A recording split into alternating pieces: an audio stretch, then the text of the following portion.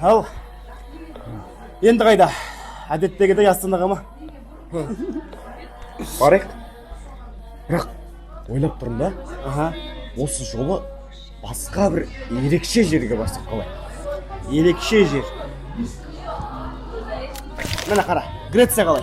Ай, мәдениет астанасы ғой. Грецияға бармаймыз ба? Әдем. Греция. Бірақ Греция басқа бір жазда барайық. Осы жолы Америкаға барайықшы. Америка қалай? Қайдағы Америка? Онда Дубай.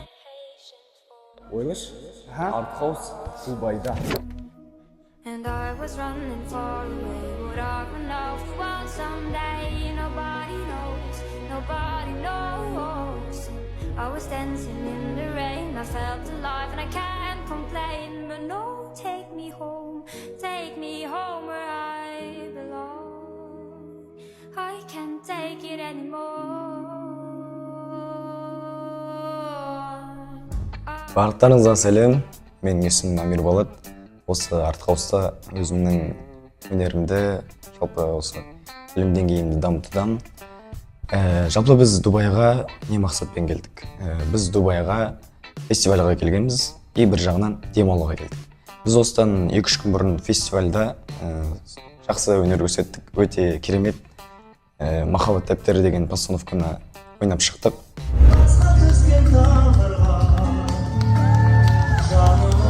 Өте керемет деңгейде ойнап шықтық және бірінші орын алдық.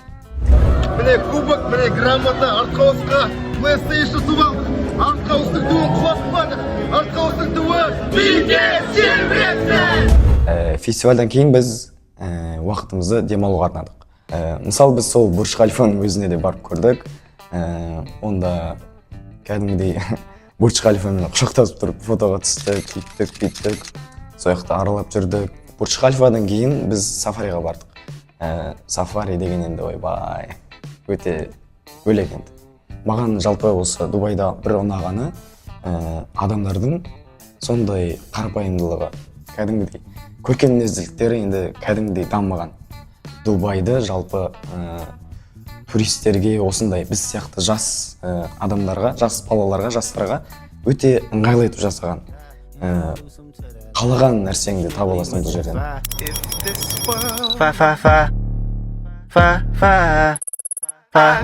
Hey, Roman numeral 7, babe, drop it like it's hot. If this world was mine, I'd take it, dreams and make them multiply. If this world was mine, I'd take it, enemies in front of God. Introduce them to that light, hit them strictly with that fire. It's a vibe, they a dance, let them watch. She a fan, he a flop, they just wanna kumbaya, nah. This world concrete, flowers grow. Heartache, she only do what she know.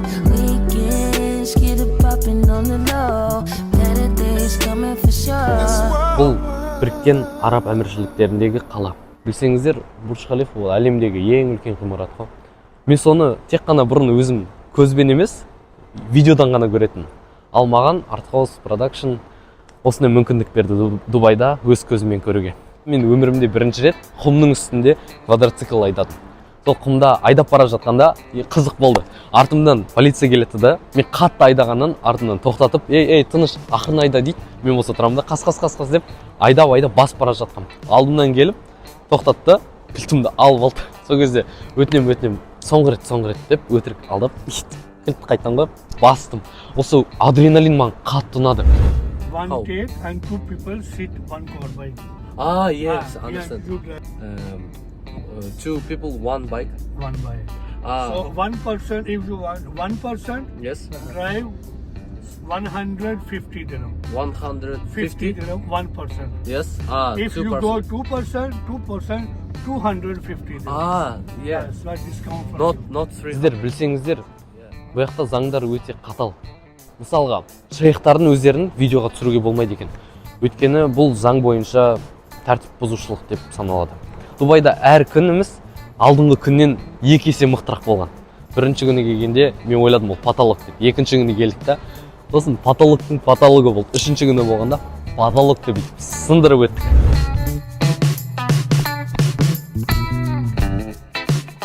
Hello. I left my key inside of room. And can you give me one extra key? 270.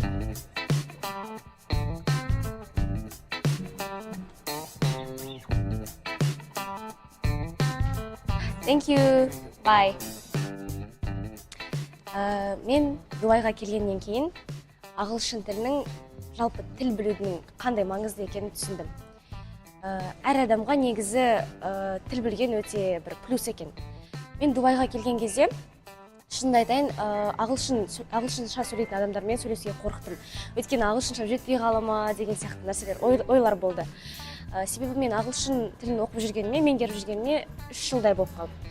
Және осы 3 жылда менде жай ғана андай болды да, практика болған жоқ, мүлде практика болған жоқ. Тек қана грамматика, listening, writing деген сияқтылар болды. И вот Дубайға келіп, мен бірінші рет алғаш рет шетелге келдім, және осылай носительмен бірінші рет алғаш рет практика жасап көрдім. Сосын тағы бір сіздерге қызық оқиға айтып берейін.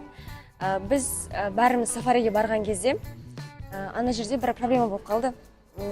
Ағайымыз немен квадроциклмен айдаған кезде соғылып қалды да бір машинаға, бір квадроциклға.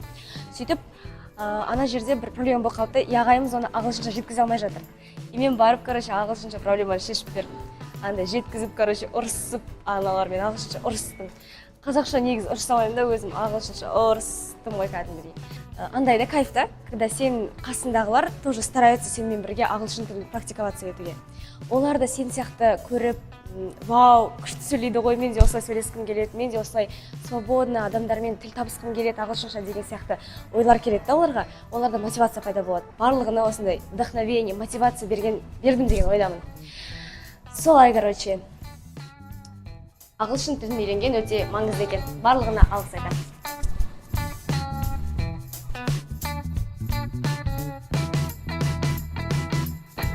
Бәріне сәлем, менің есімім Нұрай Сахналық лақабатын Нунай. Мен негізі Артхаус Продакшн кино және театр мектебінің оқушысымын. Бәрін басынан айтып берейінші. Біз негізі самолетқа отыратын кезде 14 адам болып отырдық.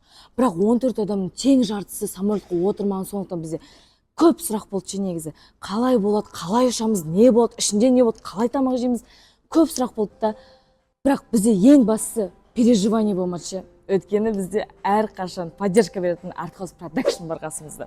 Бірақ біз ортасына қаратай уже примерно 2-3 сағат өткеннен кейін уже самолет екінші үйіміз болып кетті. Негізі суда жүреміз, Артхаустың оқушылары ғана жүреді ғой. Басқа ешкім жүрмейді, андай өнер адамы екенбіз көрініп тұр да. Ең маған ұнағаны ол, біз бір фастфуд сататын жерге бардық. Сол кезде кіреміз, там сатушылармен әңгіме айтып отырмыз ғой. И сосын в один момент тұрамыз да, сіз Димаш Құдайбергеновті танисыз ба дейміз да, сосын танымаймыз, жоқ дейді ғой, И біз шокеміз ғой, ема, қалай танымайсыз ғой, Димаш Құдайбергенов ғой, бәрі таниды ғой дейміз. Намыстан анан компьютеріне барып Димаш Құдайбергенов деп жазып бердім да. Сосын ананың несін өлең тыңдаттым, анау, I'm shocked деп, күштанды чувствода қалып қалды. Сосын о да біз де мәзбіз ғой, сосын үйге қайттық, И негізі Дубай деген ол туристардың, жаңа өмірдің қаласы деп айтсам да болады. Ал мен бұл жерге екінші рет келіп тұрмын. Бұл менің өмірімдегі ең алғашқы саяхат, яғни шетелге шыққан. Кезінде басқа адамдардан естуші едім, шетелге шықсаң, сенің кругозорың өседі, жалпы өмірге деген жаңа көзқараспен қарайсың деп. Менің соған бүгін көзім жетті. Жалпы Дубай қаласына келгенде мен басқа әлемге түсіп кеткендей болдым. Творчествоға толы бір болашақтың иісін сезіндім. Жолдары жалпы жаңа идеяларға жетелейді. Ал көздер жаңа мүмкіндіктерді көреді. Негізінде адамның жүрегі нені қалайды, соны істеген абзал бар. Ал жаңа армандарға жету үшін жақсы ортада болу керек. Ал мен сол ортада болғаныма қуанамын. Әдеп. Кругозор, жолдар, көздер деп атсың ба жаңағы. Енді мен айтайын.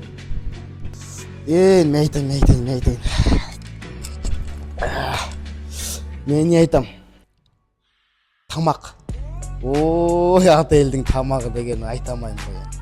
Жаңа келіп, бірінші күн келіп жатырық қой, сонымен завтракқа түстік. Сөйтіп завтракқа түссек, бәрі тегін екен мына жақта. Ой, тегін болып, ананы сап, мынаны сап, толтырып алғанбыз ғой.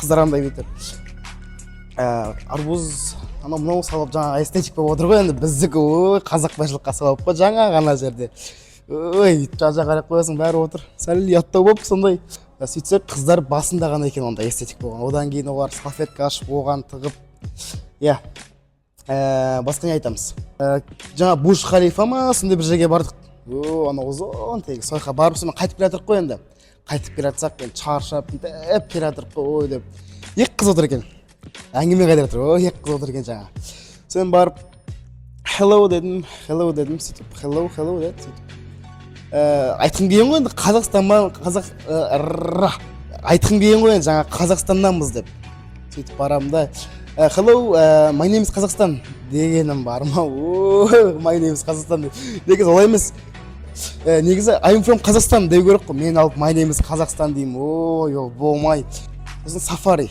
ой сафари деген ыстық қой енді ол ыстық ана машинасында бүйтіп ойбай деп атып былай көтерді қызық болды бәрі қызық болды айтып жеткізе алмайсың ғой келіп көрмесең айта алмайсың мына жақты мен қайтқым келіп тұрған жоқ бірақ ертең кету керек енді әңгіме былай болды менің есімім Сабина артхауста оқып жүргеніме уже 2 жыл болды жақында осы артхаус продакшнмен біз Дубайға келгенбіз и бірінші күні көп эмоция болды бір сеніңкіремей бір түсте жүрген сияқты болып бір өңім екеніне сенбей жүрдім сонымен уже екінші күні кетті үшінші күні кетті әр күн өзі бір-біріне мүлдем ұқсаған жоқ біз Дубай Маринаға барғанбыз ғой сөйтіп бүкіл артхаус продакшн болып жүрген кезде біреуімізді ұстап алды да жаңағы духи подаркқа береді ғой бұлардың духилары деген негізі качественный болады өйткені майлы ғой өздерінен шығарады кәдімгі иісі деген енді былай стойкий ғой ше сөйтіп бәріміз енді бір талдан алдық бірақ маған қатты ұнады ше прям күшті енді ана духилар бар ғой одан кейін сафариға бардық пляжға бардық енді эмоция деген жетеді ше осының бәрін қимайсың негізі керемет екен бұл жаққа бүйтіп келіп көзіңмен көрмесең оны түсіне алмайсың ше ана телефонмен көрген ол ойнамайды ғой мен қайтып келемін Дубайға возможность болады әлі де бұл соң емес давайте көріп тұрғандарыңыздай біз Дубайдамыз уже басқалар айтып қойған шығар біз ертең кетеміз өзіміздің отанымызға Қазақстанға жалпы Дубай жайлы айтатын болсақ Дубайда мен вот самолеттан шыға салып мен Дубайда андай бостандықтың иісі шығып тұрды да прям андай бостандық елі деп айта аламын потому что такое большое пространство өте кең там андай араның ұясызына келетін андай этаждар непонятно сондай бір дизайндар креативно сондай бір керемет зданиялары бар далада андай жұмыс істеп жүрген адамдарды көрдім да өте андай тиянақты андай түнде андай чилгай болып бүйтіп андай жерді сыпырып бүйтіп күшті болып жүреді да андай тез жұмыс жасайды бірақ асығыстық жоқ адамның мүмкіндігіне шексіздігі деген символика бере аламын осы неге Бурж Халифа ғимаратына қарап өте керемет ғимарат қой былай қарап тұрсаң надан кейін уже андай қайта шетелге тұрақты шығып тұрғым келеді да еще андай Дубайда мен чил сити деп айта аламын қыдыратын жерлер өте көп қой Дубайда вообще сол айтатын Дубай өте керемет ел короче былай болады артхауста қара шекпеннің дайындығы кезінде Мадияр ағай Дубайға барып келеді ал уже Мадияр ағайдан да атмосфера сезіледі шетелдің и бір аптадан кейін Мадияр ағай бізге бір ұсыныс тастайды біз де Дубайға барсақ деген ата анамызға айтпай давай иә барамыз деп шешіп қойғанбыз ғой бірақ үйдегілерге айтпағанбыз и үйге барып мамаға сол ұсынысты айтсам мама біз Таиландқа барамыз дейді и мен екі оттың ортасында қаламын не істеймін либо 10 күндік Таиланд либо 4 күндік артхауспен Дубай деп и мен әдейі артхауспен Дубайды таңдадым бірақ мен әлі күнге дейін өкінбеймін және де осы сезімді бүкіл артхаустың оқушысы сезсе екен деп ойлаймын күшті ғой Дубайда балалармен ата-анасыз прям дым ойламайсың кругозорды кеңейтіп ағылшынымызды да подтягивать еттік Дубайды да көрдік бірге де болдық күшті но 4 күн уақыт как будто кеше болған сияқты кеше ұйықтадық ал бүгін уже тұрғандай болып тұр непонятно так что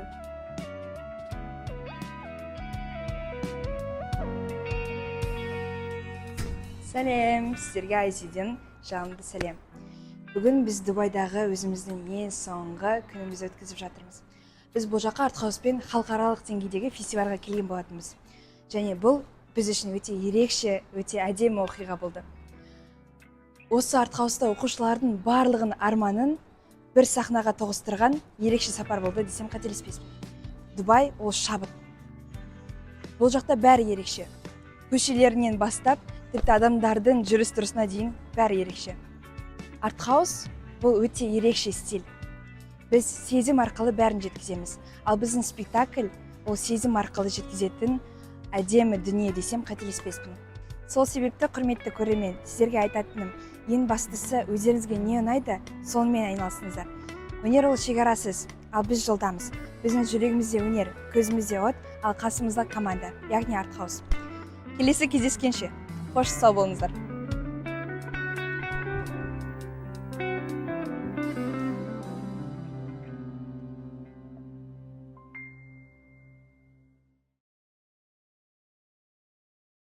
Және қорыта келе, осындай мүмкіндік берген, маған осындай возможность берген, Бізге осындай возможность берген әуелі Аллаға және оған себепкер болған Артхаус продакшн мектебіне үлкен рахмет айтқым келеді, және де Төлегеновке, Мадияр ағайға үлкен рахмет.